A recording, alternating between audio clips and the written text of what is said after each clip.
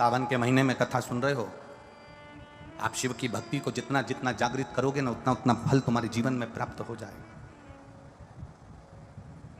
बारिश का समय चल रहा है, एक बेलपत्र आप अगर शंकर भगवान को रोज चढ़ाते हो, एक बेलपत्र शिव जी को रोज समर्पित करते हो, तो मन में एक संकल्प इस बारिश के मौसम में, इस सावन के महीने में एक संकल्प भी तुम्हारे भीतर आना चाहिए कि एक बेलपत्र अगर मैं शंकर भगवान को चढ़ाती हूं, मैं जिंदा हूं, तब तक तो देवादिदेव महादेव को बेलपत्र चढ़ाऊंगी, पर मेरे मरने के बाद मेरे बच्चों ने, मेरी बेटी ने, मेरे दामाद ने, मेरे बेटे ने, मेरी बहू ने, पोता पोती ने शंकर जी पे बेलपत्र नहीं चढ़ाई तो मरने से पहले ऐसा काम कर जाना, जैसे बीमा कर कर जाते हो तो बीमे की रकम तुम्हारे घर के लोगों को मिलती है, जमा तुम करते हो, रकम तुम्हारे परिवार वालों को मिलती है, उन परिवार वालों का भला कर कर जाते हो, उसी तरह एक भला अपना भी कर कर जाना और संसार सागर का भी कर कर जाना।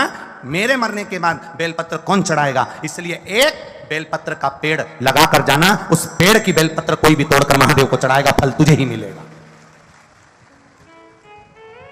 एक बेलपत्र का वृक्ष तुम भी लगा कर जाओ, उस बेलपत्र के पत्ते को कोई तोड़ेगा शंकर पर चढ़ाएगा, फल मुझे मिलेगा। उस बेलपत्र के पत्ते को कोई तोड़ेगा शिव को समर्पित करेगा, उसका फल मुझे मिलेगा। मैं चली भी गई, वृक्ष तो रहेगा, पेड़ तो रहेगा।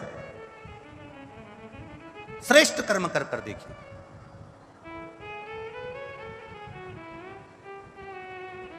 और जब श्रेष्ठ कर्म हम करेंगे तो उसका सुख हमको मिलेगा, निश्चित प्राप्त होगा। ये जो पीठिका होती है, इस पीठिका में एक देखो, इसको इससे समझो। ये जो पीठिका है, ये पीठिका माता पार्वती जी का हस्त कमल है। इस पीठिका ये भगवान शंकर का शिवलिंग हो गया। ऊपर से जो जलाधारी में से एक एक बूंद पानी नीचे टपकता है, वो भगवान शंकर की 5 बेटियां जया, विषहरा, शामली बारी, दौतली और देव। और इस पीठिका के सम्मुख में जहां से पानी नीचे गिरता है, जहां से ये जो भाग आगे जाके होता है, जहां से पानी नीचे गिरता है, इसके राइट में श्री गणेश जी, लेफ्ट में श्री कार्तिकेय जी, और मध्य में एक मोटी सी, प्रत्येक शंकर के शिवलिंग की जलाधारी में एक मोटी सी बीच में एक लाइन होती है, मोटी सी। वो स्थान अशोक सुंदरी का होता है। वो स्थान अशोक सुंदरी का होता है, उसको अशोक सुंदरी का स्थान।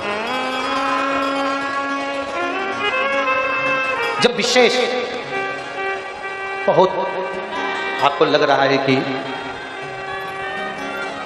ये कार्य होने वाला नहीं है, और विशेष अगर कोई कार्य, और बहुत समय अगर आपके निकल भी गए हो, बहुत समय आपका लग गया और वो कार्य नहीं हो रहा, 5 बेलपत्र अशोक सुंदरी वाली जगह पर जब आप चढ़ाएंगे तो ये डंडी का जो भाग है, ये डंडी का भाग जहां से पानी बहता है, जहां से जल बहता है, उस स्थान की ओर इस डंडी के भाग को रखेंगे। 5 बेलपत्र, एक बेलपत्र जब डंडी का भाग हमने इधर कर दिया, थोड़ा समझ लें अच्छे से, जैसे ये जलाधारी समझ लो, एक बेलपत्र अपन ने रखी, डंडी का भाग जहां से जल बह रहा है उस ओर है।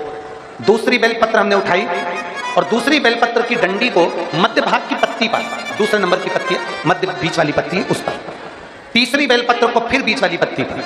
इस तरह से 5 बेलपत्र हमें देवादिदेव महादेव को समर्पित करना चाहिए। 5 बेलपत्र पर अपनी 3 उंगलियां भगवान शंकर की 5 बेलपत्र पर स्पर्श और 1 लोटा जल भगवान शंकर को पंचाक्षर मंत्र नमः शिवाय, षडाक्षर मंत्र ओम नमः शिवाय या श्री शिवाय नमस्तुभ्यम कहकर जल चढ़ाने की दिशा। हमने पहले भी आप लोगों से कहा, अगर विशेष कोई कामना से हम जल चढ़ाते हैं, विशेष कोई मन की बात है और वो नहीं हो रही, उसके लिए हम जल चढ़ाते हैं, तो ध्यान रखने वाला विषय है, जहां से जल बहता है उसके ठीक विपरीत में आप बैठ जाओ। जल उत्तर की ओर जा रहा है, आप दक्षिण में बैठ लो, दक्षिण में बैठकर उत्तर की ओर मुख कर लो, क्योंकि जल उत्तर की ओर जा रहा है। इधर जल जा रहा है तो आपका बैठना इधर होना चाहिए, इधर जल जा रहा है तो आपका बैठना हम जहां बैठे ऐसा होना चाहिए। इधर जल जा रहा है तो आप जैसे बैठे हो वैसा होना चाहिए। वहां बैठकर 5 बेलपत्र रखकर उंगली का स्पर्श कर कर पंचाक्षर मंत्र या षडाक्षर मंत्र या श्री शिवाय नमस्तुभ्यम बोलकर फिर जल की धार दोनों हाथ से देवादिदेव महादेव को अपने मन की कामना कर कर अशोक सुंदरी से अपने दिल की बात कहते हुए चढ़ाई। 2 या 2.5 महीना होगा और देवादिदेव महादेव आपका वो कार्य सफल करेगा। शिव को पाने के लिए बहुत कहीं कोई आडंबर कोई दिखावा नहीं, केवल विश्वास, केवल भरोसा शिव को। पार्वती माता ने भगवान शंकर को पाने के लिए कुछ नहीं करा, केवल शंकर के पार्थिव शिवलिंग का पूजन करा। पार्थिव लिंग बनाना, पार्थिव शिवलिंग बनाकर उसका पूजन करना, आराधना करना सुख देता।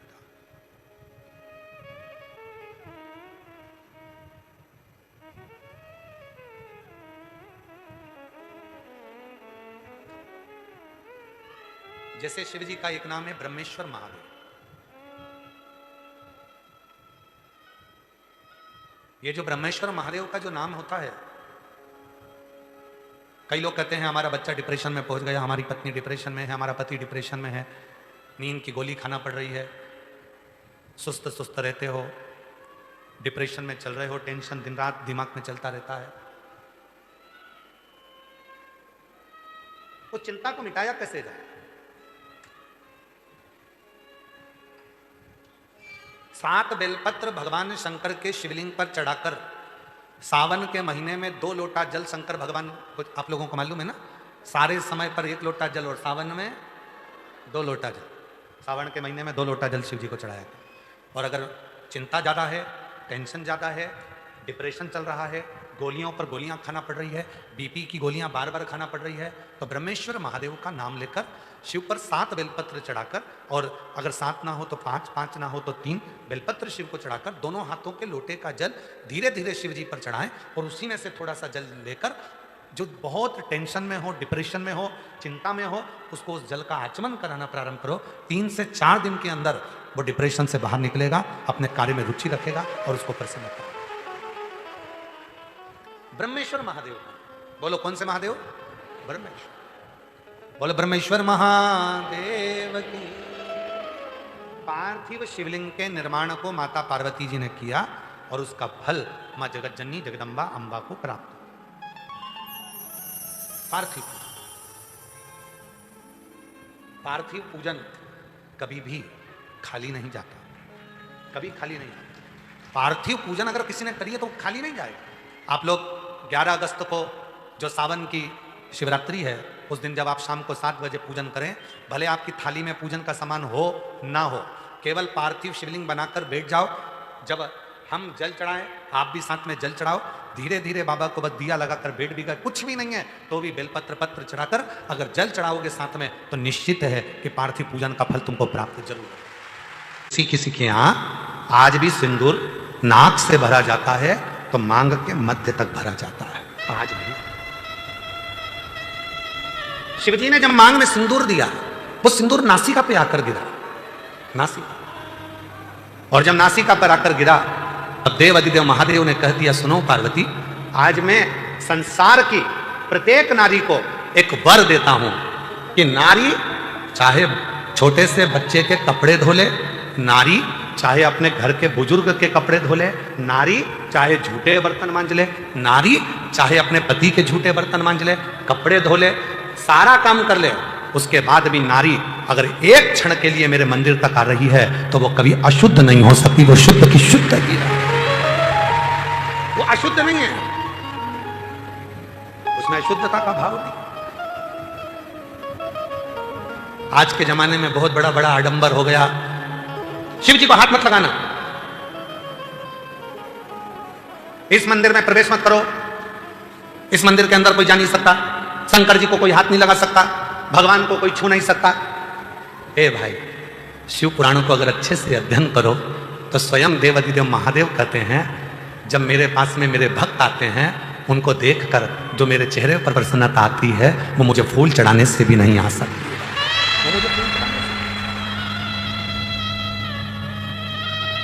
ये तो अब जब मंदिर हो, सारे के सारे शंकर जी के मंदिर में भक्तों का जाना चालू हो गया, तो अब लोगों ने थोड़ा सा ये क्रम चालू कर दिया। शाम को भगवान का श्रृंगार हो जाता है, हम जल नहीं चढ़ाने देंगे।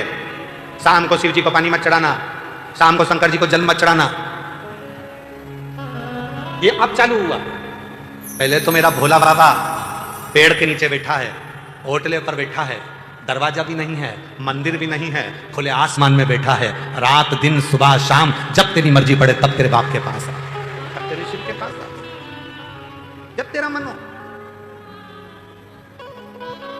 एक पूजन आपको बताई थी, एक उपाय आप लोगों को बताया था रात्रि के 9 बज के, जम के बोलो 9:15 वाला। वो ऐसा शस्त्र है, अब कई लोग उसका विरोध भी करें। सियोर वाले बाबा तो हर कुछ बता देते हैं। रात को 9:15 पे शंकर जी को जल चढ़वा रहे हैं। ए भाई, पेट दुखेगा ना तो बच्चा अपने पापा और मम्मी से ही कहेगा। बच्चे को दर्द होगा तो वो अपने माँ बाप से कहेगा। दरवाजा बजाएगा, पापा मम्मा आई, दरवाजा बजा। ये संसार का मनुष्य का बाप देव अधिदेव महादेव है। जब इसको दुख आएगा तो कहां जाएगा? किससे कहे, किसको बोले?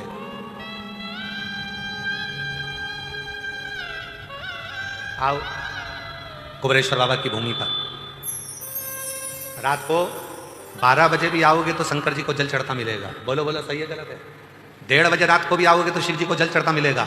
2 बजे रात को भी आओगे तो शिव जी को जल चढ़ता मिलेगा। 3:30 बजे रात को आओगे तो शिव जी को जल चढ़ता मिलेगा। 6 बजे भी आओगे तो जल चढ़ता मिलेगा। दिन भर जल चढ़ता मिलेगा। 24 घंटे बाप का दरवाजा अपनी औलाद के लिए खुला की खुला है, वो आएगा। कावड़ का नियम क्या होता है? कावड़ का जल किस जगह पर रख दिया जाए लाकर, थोड़ा सा कि जीवन में कभी संपदा की कमी ना हो जिंदगी में। कावड़ का एक नियम होता है कि कावड़ को ये कंधे से ये कंधे पर रखना है तो सिर के ऊपर से कभी नहीं लिया जाता। कावड़ का एक नियम है। कावड़ को इस कंधे से इस कंधे पर लाना है तो सामने से लाया जाता है, पीछे से लाया जाता है, पर सिर पर से बार कर उसको वापिस नहीं लाते। सिर पर से बार कर। कावड़ का एक नियम होता है, जिस नारी का, जिस व्यक्ति की संतान नहीं होती है, उसको कावड़ यात्रा करने से पहले अपनी गोदी में धान चावल को भरना पड़ता है। गोदी में उसको जब तक महादेव के दरवाजे तक नहीं चली जाती तब तक उसकी गोदी में वो धान चलते चलते उसकी झोली में वो हिलता रहता है। कावड़ का जल उसके कंधे पर रहता है। और जब वो कावड़, जिसकी औलाद नहीं, संतान नहीं, जब वो कावड़ का जल महादेव को चढ़ाती है तो पहले जल समर्पित करने के बाद फिर चावल के दाने बाबा के उस शिवलिंग पर समर्पित करती है कि बाबा मेरी गोदी में तू यहां तक लेकर आया है, ये गोदी खाली मत छोड़ना, मेरी गोदी भर देना, भले 25 साल हो गए। कावड़ यात्रा का नियम है, सिर पे से बार कर वापिस नहीं आती, सम्मुख से कावड़ निकल जाती। लंकाधिपति रावण को सुध पड़ी जब तुम रुका जी ने कहा जाओ लंकेश, अगर तुम चाहते हो कि शंकर के शरीर में गंध पहुंची है, उस विष की गंध को समाप्त करना है, तो तुम जाकर महादेव को जल अर्पित करो सावन के महीने में। उसी को हमारे यहां कावड़ कहा गया। अब विश्वास, भरोसा, दृढ़ता, शिव के प्रति जागृत कर कर चलते हैं। जब 2 चीजों का स्मरण होना चाहिए। एक, अपने घर से निकलते समय दरवाजे के बाहर 2 स्वस्तिक बनाकर अवश्य आए। 2 स्वस्तिक बनाकर अवश्य आए। कावड़ियों का नियम होना चाहिए, घर से जब निकलें 2 स्वस्तिक दरवाजे पर बनाकर आना चाहिए। जिस समय आप कावड़ का जल चढ़ाकर वापिस घर की ओर जाएं तो वो 2 स्वस्तिक जो तुमने बनाए हैं उस पर कावड़ का जल छींटना अवश्य चाहिए। उस घर से लक्ष्मी कभी समाप्त नहीं होती, उसमें भरी रहती। कावड़ियों का स्मरण में आना चाहिए। जब जल भरने जाओ तुम्हारे दरवाजे पर स्वस्तिक बना होना चाहिए।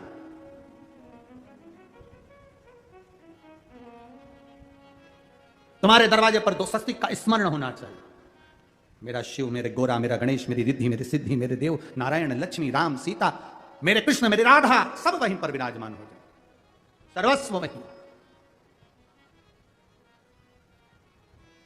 कावड़ियों को स्मरण होना चाहिए। और कावड़ियों को इस बात का भी स्मरण रखना चाहिए कि अपनी कावड़ यात्रा, जैसे सीहोर में तो 10-11 किलोमीटर की है, सीहोर सीवन नदी से जल भरा और 11 किलोमीटर दूर बाबा कुबेर भंडारी को चढ़ाया। आप सुल्तानगंज से भर रहे हो, हरिद्वार से भर रहे हो, आप प्रयागराज से भर रहे हो, जहां से भी आप जल भर रहे हो या अपने नजदीक से भर रहे हो, जितनी दूर तक कावड़ लेकर जा रहे हो उतनी दूर तक तुम्हारे मुख से व्यर्थ की बात ना निकलते हुए भगवान का नाम निकलना चाहिए। बोल बम का नारा है, बोल बम बोल बम बोल बम बोल बम। मेरी जितनी जीजियां बैठी हैं, जितने मेरे जीजा बेटे हैं, जितनी मेरी बेटियां बैठी हैं, जितने मेरे बेटा बेटे हैं, जितने मेरे बुजुर्ग माँ बाप बैठे हैं, सावधानी से सुनिएगा। और जो आस्था चैनल पर, फेसबुक, यूट्यूब पर, सोशल मीडिया पर इस पवित्र कथा को सुन रहे हैं, वो भी सावधानी से सुन। 2 समय का किया गया भजन हमें नरक में नहीं पड़ने देता। एक, जिस समय पर अपने कुल में किसी को बच्चा हो रहा हो, बच्चा जन्म ले ले और उसकी नाल कटे, उस नाल कटने के समय पर जो भजन किया जाता है, नाल कटने के पहले, बच्चा जन्म लिया, नाल कटने के पहले जो भगवान का एक बार भी अगर नाम ले लिया तो समझ लेना कि जिंदगी में दूसरा जन्म नहीं हो सकता। भगवान का भजन। दूसरा, शिव महापुराण की कथा दूसरा समय देती है जो मां जगत जननी जगदम्बा पार्वती जी ने बताया। जिस समय पर संसार का मनुष्य अपने घर से जल लेकर, जैसे मां पार्वती जी नदी से जल भरकर, सरोवर से जल भरकर, बावड़ी से जल भरकर पार्थिव शिवलिंग का पूजन करने के लिए जाती थीं, जिस समय पर संसार का मनुष्य अपने घर से जल भरकर शंकर के मंदिर तक जाता है, जितनी देर उसके हाथ में कलश रखा रहता है पानी का, उतनी देर अगर उसके मुख से 2 बार भी शिव का नाम निकल जाता है तो फिर संसार में उसका जन्म नहीं होता, वो शिव का। अब आपको और हमको इतना स्मरण नहीं है, डॉक्टर बताएगा नहीं कि बच्चे ने जन्म ले लिया है, नाल कटने वाली है, तो हम वो भजन नहीं कर पाएंगे। पर पानी का कलश तो हमारे हाथ में है, जल का लोटा तो हमारे हाथ में है।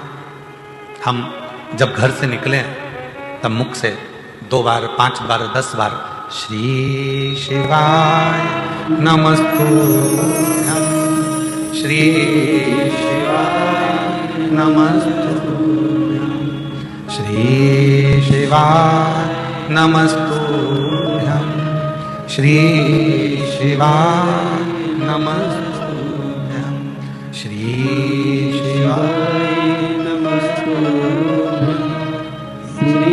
शिवाय हम कम से कम 2 बार, 5 बार, 3 बार, 4 बार, 1 बार शिव का नाम तो ले सकते। और हमने मुख से जल चढ़ाने के पहले जो नाम लिया, वही हमारे भीतर की तरंग उस जल में जाती है, शिव को चढ़ती है और शिव हमारा कल्याण करना प्रारंभ कर देते हैं। कितना सुंदर कहा है।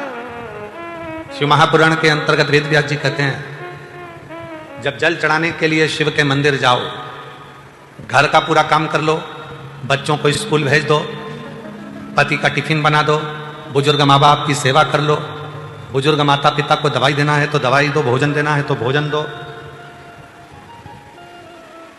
पूरा घर का काम निपटा लो, झाड़ू पोछा भी लगा लो, बर्तन भी मांज लो। और जिस समय 24 घंटे में से भी अगर 1 मिनट तुम्हें दिखे कि ये मेरा 1-1.5 मिनट खाली है, उस समय पर 1 लोटा जल भरो और शंकर के पास पहुंचो। झगड़ा कर नहीं, बच्चे रो रहे हैं और तुम शिव जी के मंदिर में बैठे हो, शिव स्वीकार नहीं करे। पति आवाज लगा रहा है कोई काम के लिए और तुम शंकर के मंदिर में बैठे हो, स्वीकार नहीं। घर के बुजुर्ग माँ बाप दवाई के लिए घर पर बैठे हैं और तुम शिव के मंदिर में बैठे हो, स्वीकार नहीं हो। स्वीकार। बर्तन मांज लिए, भोजन बना लिया, सब्जी रोटी बना ली, सारा घर का काम कर लिया। अब कई लोग कहते हैं गुरुजी हम तो अशुद्ध हो जाएंगे, हम तो अशुद्ध हो जाएंगे। ए मेरी जीजियों, भगवान शंकर ने जब माता पार्वती जी के साथ में 7 फेरे लिए, 7 फेरे, और फेरे होने के बाद जब माता पार्वती जी के मांग में जब सिंदूर भरा गया, वो सिंदूर जब मांग में भरा जा रहा था, वो सिंदूर नासिका पे आकर गिर रहा था। किसी किसी के यहां आज भी सिंदूर नाक से भरा जाता है तो मांग के मध्य तक भरा जाता है। आज नहीं। शिवजी ने जब मांग में सिंदूर दिया, वो सिंदूर नासिका पे आकर गिरा, नासिका। और जब नासिका पर आकर गिरा, अब देव अधिदेव महादेव ने कह दिया, सुनो पार्वती, आज मैं संसार की प्रत्येक नारी को एक वर देता हूं कि नारी चाहे छोटे से बच्चे के कपड़े धो ले, नारी चाहे अपने घर के बुजुर्ग के कपड़े धो ले, नारी चाहे झूठे बर्तन मांज ले, नारी चाहे अपने पति के झूठे बर्तन मांज ले, कपड़े धो ले, सारा काम कर ले, उसके बाद भी नारी अगर एक क्षण के लिए मेरे मंदिर तक आ रही है तो वो कभी अशुद्ध नहीं हो सकती, वो शुद्ध की शुद्ध ही है।